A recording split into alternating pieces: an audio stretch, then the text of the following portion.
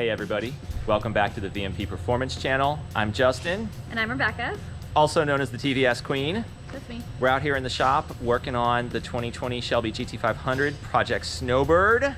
We're gonna go to the track with it. Yep, we are. We already went to the track once. We gotta go again. It's gonna be different this time. More power. A lot more power. The GT500 was bleeding a little bit. Luckily, Mike cleaned most of it up. We're working on that. We're working on that. They do make a little bit of a mess.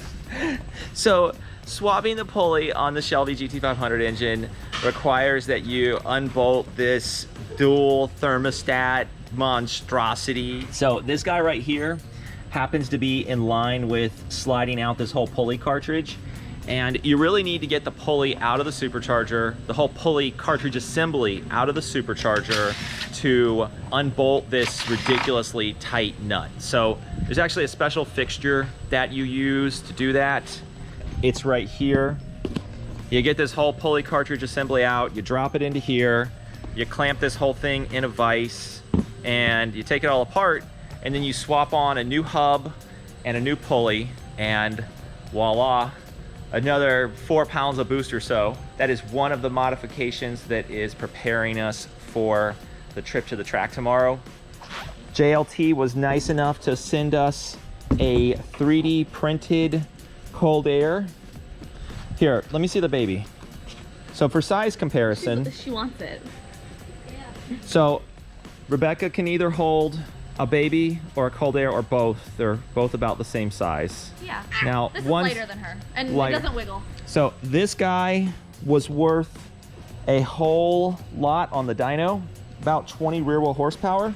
But the JLT cold air, the air filter is so big that you just have to run an open air box. And while it's not as neat as the factory air box, at the end of the day, I think it's better. The dyno testing that we did showed incredible gains under the curve throughout the whole curve and more power up top. One of the very other important things that we are doing is swapping in bigger ID 1050 injectors. Mike's pretty much got that done Almost wrapped up. on this side of the engine. And over here, are you taking it apart or putting it back together? It's coming apart right now, and then once you remove a lot of these plastic pieces, everything comes out. We swap the injectors out and basically reassemble in the same direction, and you're gonna be good to go. And so you're able to do this with all this You stuff. can do this with the strut tower bar in place. I would recommend it. It's a little tight with your fingers to do, but it's a lot easier than removing this brace. Plus, Yeah. this brace, as you can see, holds the hood up as well.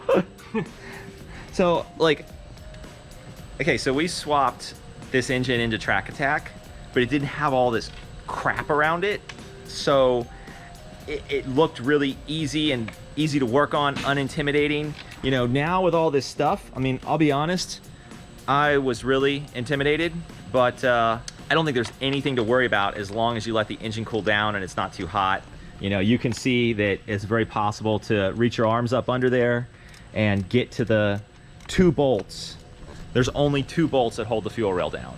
And then from there, it's just popping the rail off, unplugging the injectors, swapping them out. You're gonna use the top and bottom hats on the ID 1050 to have the correct height to replace the stock injectors. Let's see where we put those. Here we go.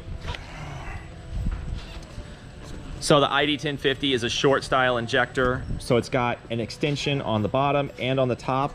I'm just gonna go ahead and swap that whole thing into the Predator motor because it uses a 60mm injector, which is a little bit of a departure from what we're used to with a lot of the older GT500s using a 48mm injector. I don't know why they went back to 60, but they did.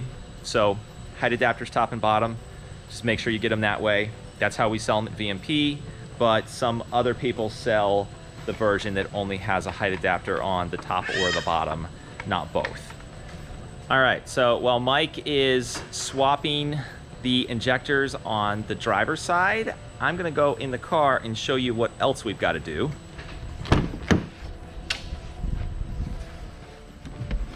We're gonna need this a little bit later. The first time you take one of these back seats out, it can be a real pain in the butt. There it goes.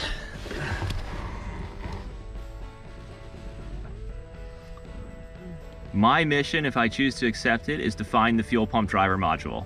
In an S550, it's usually under the back seat on the driver's side. I know the Shelby GT500 has 2 of them. They're not here on either side. There's just some wiring harnesses. This is the actual fuel pump module underneath here. You can see that bad boy right there. On the other side, that's just the fuel level sender for the other saddle. If the fuel pump driver module's not under the back seat, there's only one other place that it can be. That's in the trunk. I'm gonna go check over there.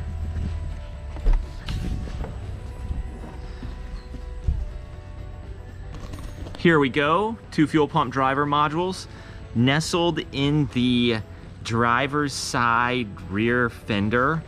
You can see you have to pull this back and undo this bolt right here. And these guys right here are the dual fuel pump drivers. This is an all new fuel pump driver module.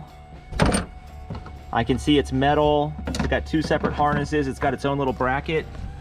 Ford put that in there because these fuel pumps, they are freaking awesome. They'll run over 100 PSI of fuel pressure.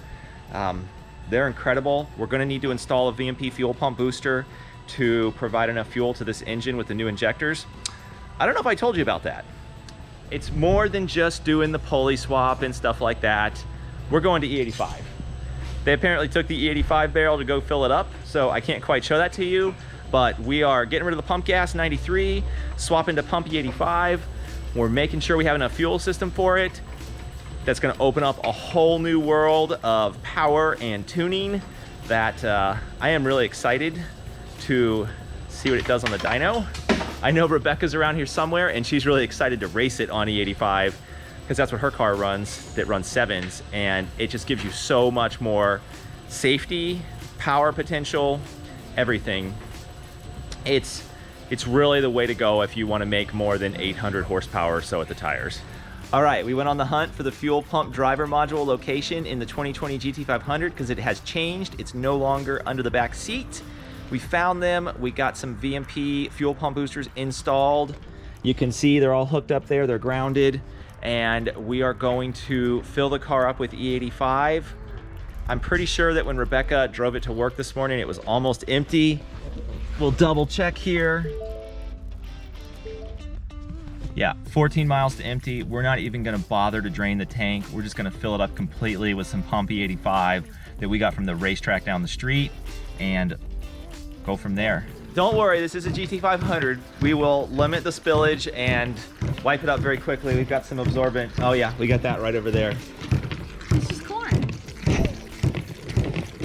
Smells like corn. Smells like horsepower when you burn it.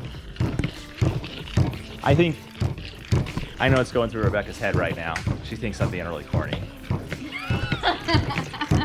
You want to tell them the high-tech method to tell when it's full? When it comes out.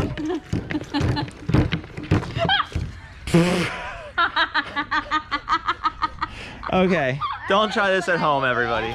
Shoop. Shoop.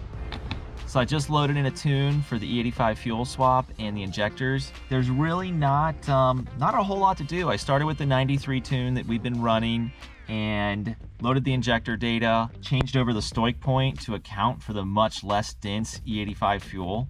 You have to have a lot more of it, hence installing the boosters and the bigger injectors. I'm gonna fire it up. It's probably gonna run a little bit rough for a second while the 93 completely purges from the fuel lines. Oh yeah, you can see how rich it is on the data logger. And we're gonna start to see those numbers taper back closer to 0. So our fuel trims are starting to come around. We're gonna head over to the dyno and see what it makes before we take it to the track. I guess we should tell them what we're doing. We're making a dyno pull. We wanted to get a couple runs on it before we take it to the track to make sure that everything's good with the E85 fuel swap and the E85 tune. The track should be good.